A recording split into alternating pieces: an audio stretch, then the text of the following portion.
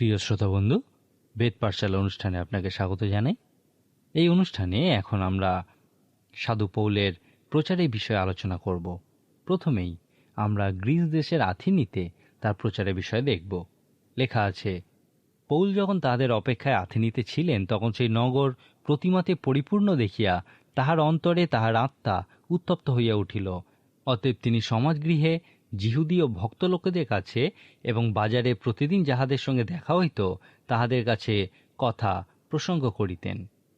প্রেরিত 17 অধ্যায়ে আথিনিতে সাধু পৌলের প্রচারের বিষয় এইভাবেই ব্যাখ্যা করা হয়েছে।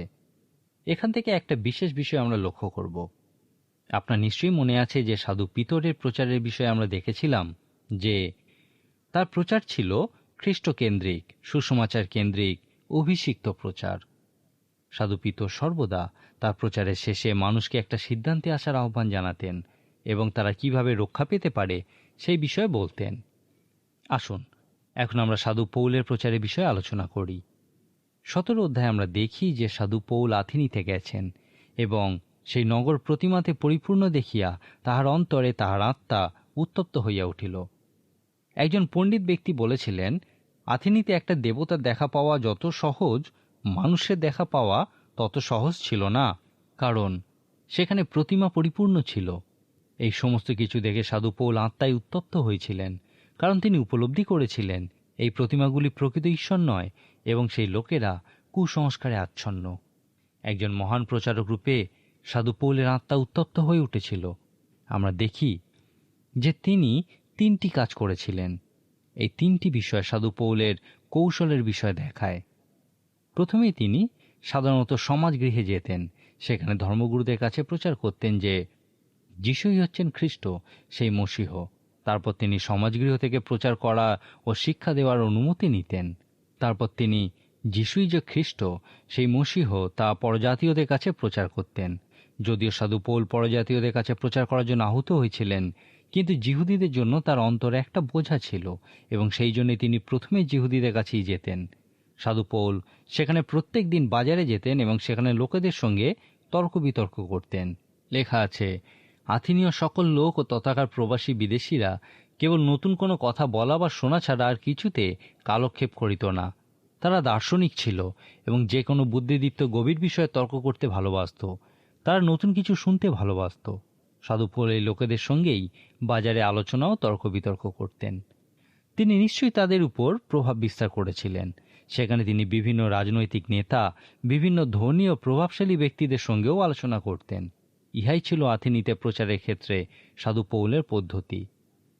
তারপর তাকে আরেওপাগ নামক একটা জায়গায় আমন্ত্রণ জানানো হয়েছিল। এই জায়গাটা একটা বিচারালয়ের মতো ছিল, যেখানে শুধুমাত্র বিখ্যাত ব্যক্তিরাই তর্ক বিতর্কের জন্য আমন্ত্রিত হতো। এই আরেওপাগে কথা বলার জন্য আমন্ত্রিত হওয়া ছিল প্রকৃতই সম্মানের বিষয়। এখানেই সাধু পৌল একটা মহান প্রচার করেছিলেন। তিনি তার প্রচার এইভাবে শুরু করেছিলেন।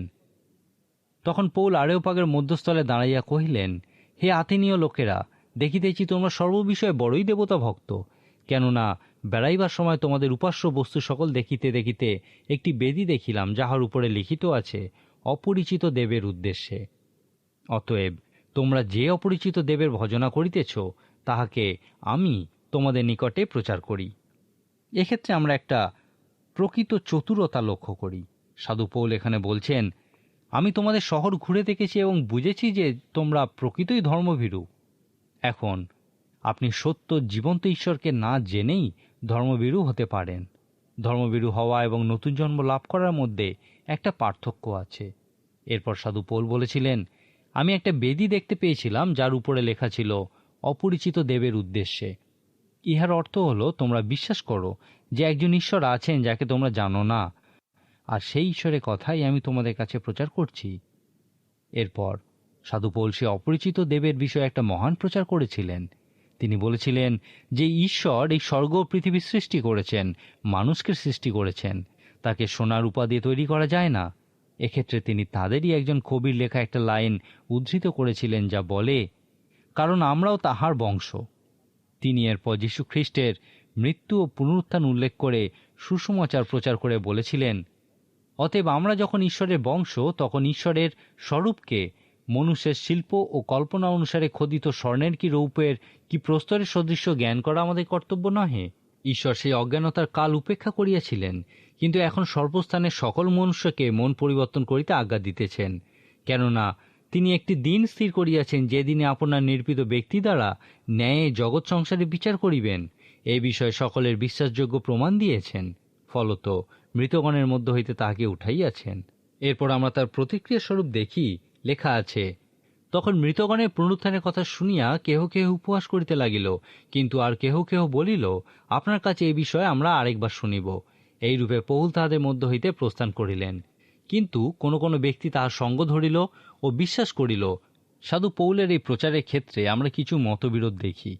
কেউ কেউ বলেন যে সাধু পৌল সে আরেওপাগের মতো সম্মানীয় জায়গায় পৌঁছে সে মহান গ্রিক দর্শন ও দার্শনিকদের সামনে দমে গেছিলেন, এবং সেই জন্যই তিনি তাদের কবিদের লেখা থেকে কিছু অংশ উদ্ধৃত করেছিলেন। সাধু পৌল তার প্রচার প্রকৃত সুসমাচার প্রচার রূপেই শেষ করেছিলেন, কিন্তু এক্ষেত্রে খুবই সামান্য ফল উৎপন্ন হয়েছিল। সাধু পৌল এই আথিনীয়দের উদ্দেশ্যে কোনো পত্র লেখেননি, কারণ প্রেরিত পুস্তক অনুযায়ী আথিনীতে কোনো মণ্ডলী গড়ে ওঠেনি। সেই জন্যই অনেক পণ্ডিত ব্যক্তি বলেন যে সাধু পৌল আথেনিতে ব্যর্থ হয়েছিলেন। আবার অনেকে বলেন যে না, তিনি সেখানে ব্যর্থ হননি, সেখানে অনেকেই যীশুখ্রিস্টে বিশ্বাস করেছিল। অনেকে বিশ্বাস করেন সাধু পৌল যীশুখ্রিস্টের মতোই কখনো ব্যর্থ হননি। আমরা কখনোই বলতে পারি না যে যীশুখ্রিস্ট ব্যর্থ হয়েছিলেন, কারণ তিনি ছিলেন ঈশ্বর, তিনি মাংসে মূর্তিমান হয়েছিলেন। সাধু পৌল ঈশ্বর ছিলেন না, এবং তিনি যে ব্যর্থ হতে পারেন বা ভুল করতে পারেন ইহা বলার মধ্যে দিয়ে ঈশ্বর নিন্দাও করা হয় না। ব্যক্তিগতভাবে আমার মনে হয় তিনি ব্যর্থ হননি, কিন্তু এই আথিনীয় অভিজ্ঞতা তার প্রচারের দর্শনকে আরও বৃদ্ধিলাভ করতে সাহায্য করেছিল।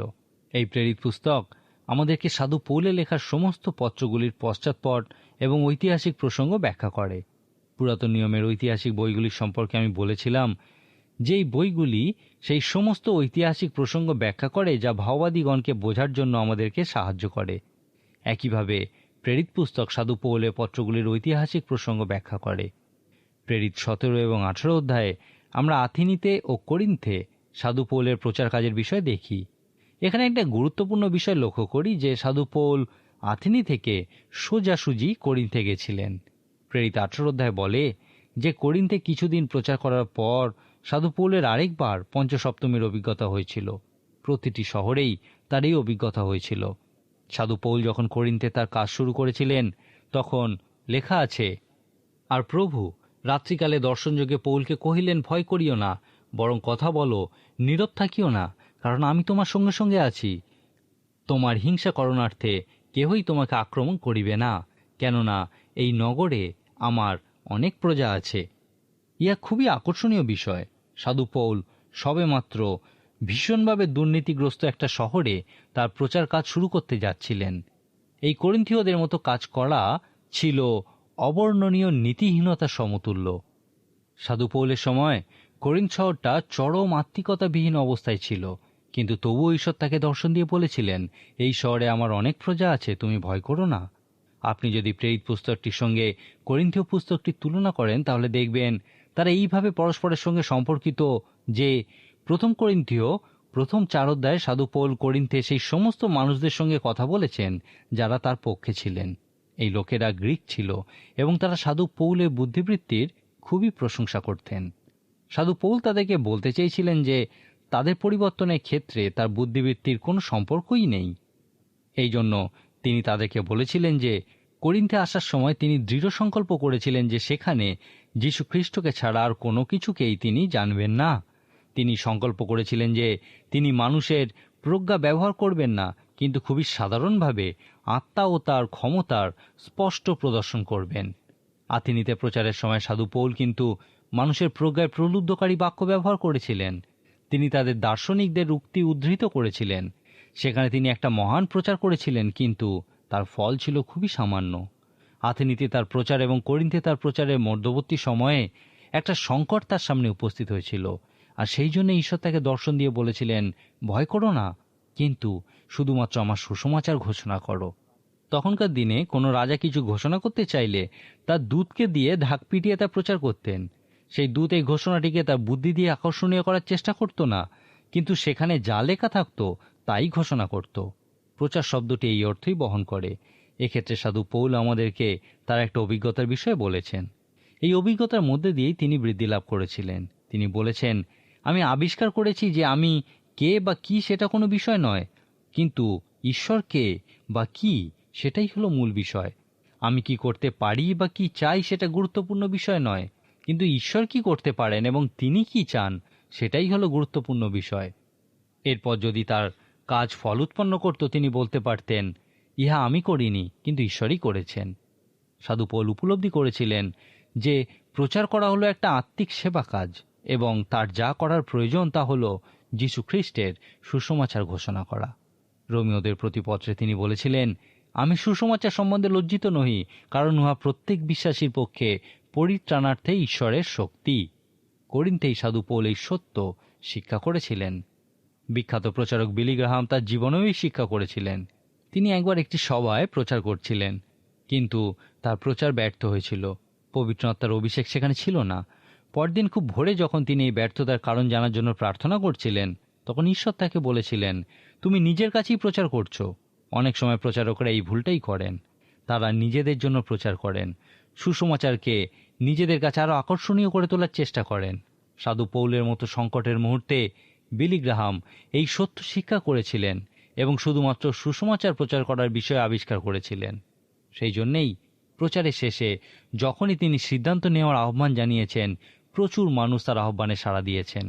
সাধু পৌল আথেনীয় করিন্থের মধ্যবর্তী স্থানে এই সত্য আবিষ্কার করেছিলেন যে মানুষের প্রজ্ঞা দ্বারা উদ্ভূত বাক্য নয়, কিন্তু যীশু খ্রিস্টের সুসমাচার ঘোষণা করাই হলো মূল বিষয়। যখন আপনি পবিত্র আত্মার শক্তিতে খ্রিস্টের সুসমাচার ঘোষণা করবেন, তখন মানুষ বিশ্বাস করবে যে এই সুসমাচারই হলো ঈশ্বরের সেই শক্তি যা মানুষের পরিত্রাণ সাধন করে। করিন্থে অভিজ্ঞতা অর্জন করার পর সাধু পৌল আথেনীতে যেভাবে প্রচার করেছিলেন সেইভাবে আর প্রচার করেননি। তিনি আথেনীয় করিন্থের মাঝে যা শিখেছিলেন তা তার প্রচার দর্শনকে বিশেষভাবে প্রভাবিত করেছিল। এখান থেকে তিনি তার পরিবর্তনের ঘটনাটা বলা শুরু করেছিলেন। কিভাবে সেই দম্মেশকের পথে তার সঙ্গে পুনরুত্থিত খ্রিস্টের দেখা হয়েছিল এবং কিভাবে তার জীবন পরিবর্তিত হয়েছিল। সাধু পৌল এই কথা বলতে ভালোবাসতেন এবং তার নিজের অভিজ্ঞতার কথা বলার মধ্যে দিয়ে তিনি সাধারণভাবে সুসমাচার ঘোষণা করতেন। আমরা দেখব প্রথম করিন্থীয় পুস্তকের শেষে সাধু পৌল করিন্থীয়দেরকে বলছেন, আমি তোমাদের কাছে যে সুসমাচার প্রচার করেছি এখন আবার তা তোমাদের মনে করিয়ে দিচ্ছি। আমি ইহাই প্রচার করেছিলাম, ইহাই তোমরা বিশ্বাস করেছিলে, ইহাই তোমাদেরকে রক্ষা করেছিল, তোমরা ইহার উপরেই দাঁড়িয়ে আছো। কিন্তু যদি তোমরা অন্য কিছুতে বিশ্বাস করো, অন্য কিছুর উপর বিশ্বাস করো, তাহলে তোমরা উদ্ধারপ্রাপ্ত হওনি। ইহাই হলো সুসমাচার। পবিত্র শাস্ত্র অনুযায়ী যীশু খ্রিস্ট আমাদের পাপের জন্য মৃত্যুবরণ করেছেন, কবরস্থ হয়েছেন এবং তৃতীয় দিনে পুনরুত্থিত হয়েছেন। আমি ইহাই প্রচার করেছিলাম, আর তোমরা ইহাই বিশ্বাস করেছিলে, ইহাই তোমাদেরকে রক্ষা করেছে। প্রথম করিন্থীয় 2 সাধু পৌল বলেছেন, আমি মনে স্থির করিয়াছিলাম তোমাদের মধ্যে আর কিছুই জানিব না, কেবল যীশু খ্রিস্টকে এবং তাহাকে ক্রুশে হত বলিয়াই জানিব। প্রেরিত 16, 17 ও 18 অধ্যায়ে আমরা ফিলিপি, আথেনি এবং করিন্থে সাধু পৌলের প্রচার কাজের বিষয়ে দেখেছি। এরপর প্রেরিত 19 অধ্যায়ে আমরা ইফিসে সাধু পৌলের প্রচার কাজের বিষয় দেখি। ইফিসে সাধু পৌল মহান কাজ করেছিলেন। এখানেই তার আরেকবার পঞ্চসপ্তমীর অভিজ্ঞতা হয়েছিল। এখান থেকেই তিনি এশিয়ার বিভিন্ন প্রদেশে তার সেবা কাজ ছড়িয়ে দিয়েছিলেন। 16 অধ্যায়ে আমরা দেখি সাধু পৌল এশিয়াতে যাওয়া মনস্থ করেছিলেন, কিন্তু পবিত্র আত্মা তাকে এশিয়ার বদলে ইউরোপে যাওয়ার নির্দেশ দিয়েছিলেন।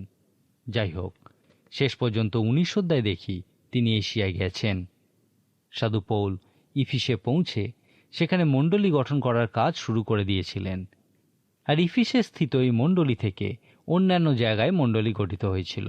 উদাহরণস্বরূপ দেখি প্রকাশিত বাক্যের 2 ও 3 অধ্যায়ে বর্ণিত স্মরনা, পর্গামম, থুয়াতিরা, সার্দিস, ফিলাদেলফিয়া, লাইদেকিয়া মণ্ডলীগুলি ইফিস মণ্ডলী থেকেই সৃষ্টি হয়েছিল।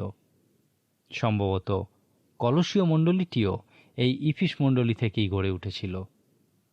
এই ইফিসে মণ্ডলী গড়ে তোলার কাজে প্রচুর ফল উৎপন্ন হয়েছিল।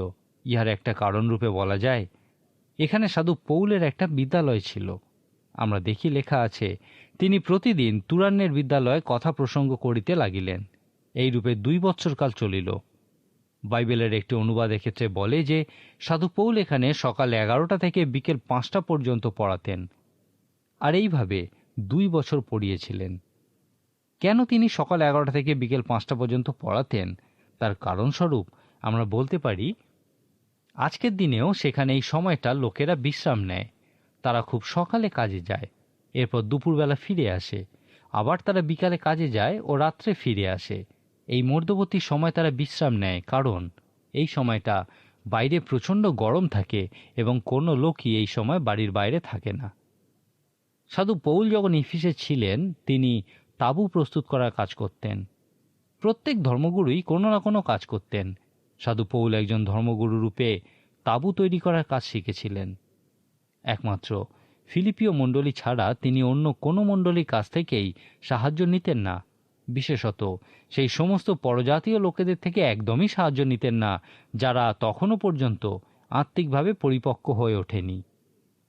সাধু পৌল যখন ইফিসে ছিলেন তখন তিনি তাদের কাছ থেকে সাহায্য নিতেন না এবং সেই জন্যেই তিনি তাঁবু প্রস্তুত করতেন। তিনি সেই তুরানের বিদ্যালয়টি সকাল 11টা থেকে বিকেল 5টা পর্যন্ত ব্যবহার করতেন, কারণ সেই সময়টা গরমের জন্য কেউ ওই বিদ্যালয়ে থাকত না। ইপাফ্রা নামক একজন কলসীয় মণ্ডলীর পালক ছিলেন।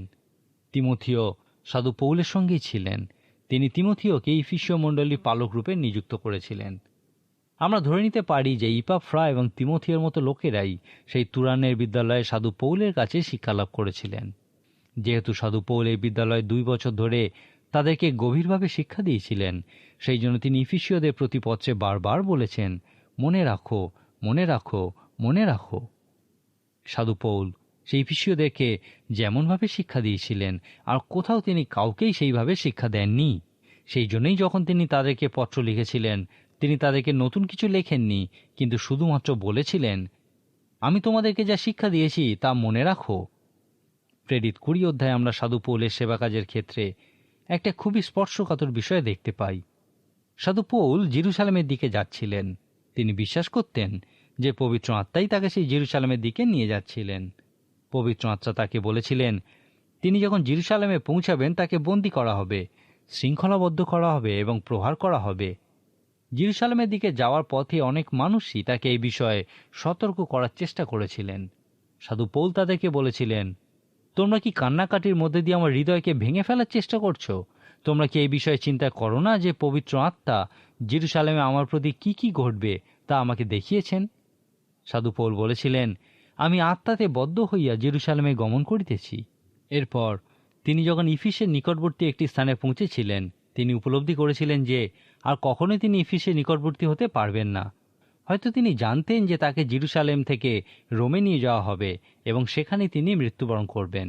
সেই জন্যই তিনি ইফিসে লোক পাঠিয়ে সেখানকার মণ্ডলীর প্রাচীনবর্গকে মিলিত নামক স্থানে ডেকে এনেছিলেন এবং সেখানেই তিনি তার বিদায়কালীন প্রচার করেছিলেন। এখান থেকেই আমরা সাধু পৌলের জীবন ও সেবা কাজের একটা খুব সুন্দর ধারণা লাভ করি।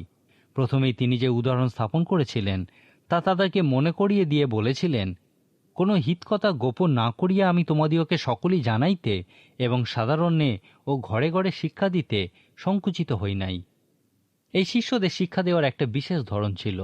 তারা প্রথমেই যে সত্য শিক্ষা দিতে চাইত তা দেখাতো, তারপর সেই সত্য শিক্ষা দিত। সাধু পৌল যে উদাহরণ তাদের সামনে স্থাপন করেছিলেন তা তাদেরকে তিনি মনে করিয়ে দিয়েছিলেন। তারপর একদম শেষে তিনি তাদেরকে বলেছেন, তোমরা আপনাদের বিষয়ে সাবধান এবং পবিত্র আত্মা তোমাদিওকে অধ্যক্ষ করিয়া যাহার মধ্যে নিযুক্ত করিয়াছেন সেই সমস্ত পালের বিষয়ে সাবধান হও। ঈশ্বরে সেই মণ্ডলীকে পালন করো যাহাকে তিনি নিজ রক্ত দ্বারা ক্রয় করিয়াছেন। তিনি সেই ইফিসীয় মণ্ডলীর নেতাদেরকে সে মহান উৎসাহ অনুপ্রেরণা দান করে বলেছিলেন, স্মরণ করো আমি 3 বছর কাল রাত দিন প্রত্যেক জনকে অশ্রুপাতের সহিত চেতনা দিতে ক্ষান্ত হই নাই। ইহাই সাধু পৌলের প্রচারের বিষয়ে আমাদেরকে একটা ধারণা দেয়। কিসের জন্য তিনি চোখের জলে দিন রাত সেই ইফিসীয়দেরকে চেতনা দিচ্ছিলেন? সাধু পৌল প্রকৃতই পরিত্রাণ ও অনুতাপের সুসমাচার প্রচার করেছিলেন। সাধু পৌল বিশ্বাস করতেন যে পরিত্রাণের সুসমাচার যে কোনো নরকযাত্রীকেই সেই পথ থেকে রক্ষা করতে পারে। সাধু পৌল চোখের জলে সেই অনন্ত শাস্তির বিষয়ে প্রচার করেছিলেন। সাধু পৌল যখন বলেছেন যে তিনি তাদেরকে সাধারণে ঘরে ঘরে শিক্ষা দিয়েছিলেন, তার অর্থ এই নয় যে তিনি প্রত্যেক ব্যক্তির বাড়ি বাড়ি গিয়েছিলেন। তিনি এখানে এই সমস্ত গৃহের মধ্যে স্থাপিত মণ্ডলীর বিষয়ই বলেছেন। যেমন আমরা প্রেরিত 16 অধ্যায়ে সেই লুদিয়া নামক একজন স্ত্রীর বাড়িতে দেখি। সাধু পৌল যখন ফিলিমনকে পত্র লিখেছিলেন, সেখানে তিনি ফিলিমনের বাড়িতে স্থাপিত মণ্ডলীর বিষয়ে উল্লেখ করেছেন। নতুন নিয়মে 8 জায়গায় সাধু পৌল এরকম গৃহস্থিত মণ্ডলীর বিষয়ে উল্লেখ করেছেন, যেখানে বিশ্বাসীরা মিলিত হতেন। আজকের দিনে পৃথিবীতে সবথেকে বড় মণ্ডলী আছে কোরিয়ার সিওলে। এই মণ্ডলীতে প্রায় 5 লক্ষ বিশ্বাসী আছেন। এই মণ্ডলীর মূল বিষয়টাই হলো এই রকম গৃহস্থিত মণ্ডলী। এই সব থেকে বড় মণ্ডলীটি এইভাবে গড়ে ওঠার বিষয়ে কোনো একজন বলেছেন, হয়তো সেই মণ্ডলীর পালক খুবই অসুস্থ ছিলেন এবং তার পক্ষে একা সব কিছু করা সম্ভব ছিল না। ফলে তিনি মণ্ডলীর প্রাচীনদের মধ্যে তার এই দায়িত্ব ভাগ করে দেন। তারপর সপ্তাহের কোনো একদিন তিনি এই সমস্ত প্রাচীনদের সঙ্গে মিলিত হতেন এবং তাদেরকে সমস্ত সপ্তাহের কর্মসূচি ভাগ করে দিতেন। তারপর সেই প্রাচীনেরা সেই ছোট ছোট গৃহস্থিত মণ্ডলীগুলিতে সেই কর্মসূচি প্রয়োগ করতেন। তারপর রবিবার তারা সবাই একত্রে সমবেত হতেন। সেখানে প্রায় লক্ষ লোক সমবেত হতো, কারণ আগেই তারা সেই গৃহস্থিত মণ্ডলীতে মিলিত হয়েছিলেন। আদ্য মণ্ডলীকেও এইভাবেই পরিচালনা করা হতো। সাধু পৌল এই অর্থই করতে চেয়েছিলেন যখন তিনি বলেছিলেন, কোনো হিতকথা গোপন না করিয়া তোমাদিওকে সকলেই জানাইতে এবং সাধারণেও ঘরে ঘরে শিক্ষা দিতে সংকুচিত হই নাই। সাধু পৌল যখন এই ইফিসীয় মণ্ডলী প্রাচীনদের উদ্দেশ্যে বলেছিলেন, সেই প্রাচীনেরা নিশ্চয়ই সেই সমস্ত গৃহস্থিত মণ্ডলীর পালক ছিলেন। ইফিসীয় মণ্ডলী এইভাবেই গঠিত হয়েছিল। এই প্রাচীনদেরকে সাধু পৌল একটা খুব সুন্দর কথা বলেছিলেন যে, এখন প্রভুর নিকটে ও তাঁহার অনুগ্রহের বাক্যের নিকটে তোমাদিওকে সমর্পণ করিলাম। তিনি তোমাদিওকে গাঁথিয়া তুলিতে ও পবিত্রীকৃত সকলের মধ্যে দয়াধিকার দিতে সমর্থ। সকল বিষয় আমি তোমাদেরকে দৃষ্টান্ত দেখাইয়াছি যে, এই প্রকারে পরিশ্রম করিয়া দুর্বল দিকে সাহায্য করিতে হইবে এবং প্রভু যিশুর বাক্য স্মরণ করা উচিত, কেননা তিনি আপনি বলিয়াছেন, গ্রহণ করা অপেক্ষা বরং দান করা ধন্য হইবার বিষয়। লক্ষ্য করুন, সাধু পৌল ইফিসে তাঁবু প্রস্তুত করতেন। সেখানে তিনি কারুর কাছ থেকে কোনো সাহায্যই নেননি। কেউ তাকে এই বিষয়ে দোষারোপ করতে পারবে না যে তিনি কোনো কিছু উপহার পাওয়ার জন্য কোনো কাজ করেছিলেন। তিনি বলেছেন, আমার নিজের এবং আমার সঙ্গীদের অভাব দূর করণার্থে এই 2 হস্ত কার্য করিয়াছে। তিনি শুধুমাত্র নিজেকে নয়, কিন্তু তার সকল সতীর্থকে সাহায্য করতেন, কারণ তিনি চেয়েছিলেন যেন তারা যীশু খ্রিস্টের বাক্যের সত্যতা শিক্ষা করে যে, গ্রহণ করা অপেক্ষা বরং দান করা ধন্য হইবার বিষয়। আমরা দেখি যে তিনি সেই প্রাচীনদেরকে বলেছিলেন তারা তাকে আর কোনোদিন দেখতে পাবে না। তারপর আমরা দেখি লেখা আছে, তাহাতে সকলে বিস্তর রোদন করিলেন এবং পৌলের গলা ধরিয়া তাহাকে চুম্বন করিতে লাগিলেন। সর্বাপেক্ষা তাহার উক্ত এই কথার জন্য অধিক দুঃখ করিলেন যে তাহারা তাহার মুখ আর দেখিতে পাইবেন না। ইহা যে শুধুমাত্র সাধু পৌলের সেবা কাজের একটা সুন্দর ধারণা দেয় তা নয়, কিন্তু ইহা সেই আদ্যমণ্ডলীতে বিশ্বাসীদের মধ্যে সহভাগিতার বিষয়েও একটা ধারণা দেয়। এখন সাধু পৌল আমাদেরকে যে পরীক্ষা দিয়ে গেছেন, তার মধ্যে দিয়ে আমরা আজকের অনুষ্ঠান শেষ করব। এখন প্রভুর নিকটে ও তাহার অনুগ্রহের বাক্যের নিকটে তোমাদিওকে সমর্পণ করিলাম। তিনি তোমাদিওকে গাঁথিয়া তুলিতে ও পবিত্রীকৃত সকলের মধ্যে দায়াধিকার দিতে সমর্থ। ঈশ্বরের অনুগ্রহ আপনার উপরে বর্তুক এবং তিনি আপনাকে গড়ে তুলুন। যদি এই বিষয়ে আপনার আর কোনো প্রশ্ন থাকে, আপনি আরও বেশি কিছু জানতে চান, তাহলে অবশ্যই আমাদেরকে লিখে জানান। আমরা অবশ্যই আপনার প্রশ্নের উত্তর দেব। আজকের মতো তাহলে এখানেই শেষ করি। ঈশ্বর আপনার জীবনে আশীর্বাদ করুন।